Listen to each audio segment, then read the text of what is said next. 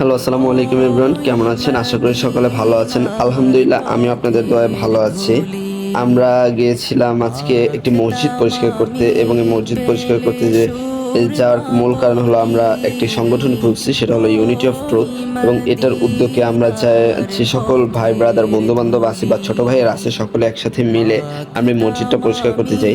এবং আল্লাহর ঘর অর্থাৎ মসজিদ পরিষ্কারই হলো আমাদের সংগঠনের উদ্বোধনী কাজ। যেহেতু এটা উদ্বোধনী কাজ, আমরা চেয়েছি যথেষ্ট পরিমাণ যতটুকু সুন্দর, যতটুকু ভালো করা যায়, আমরা নিজেদের সর্বোচ্চ চেষ্টা করেছি।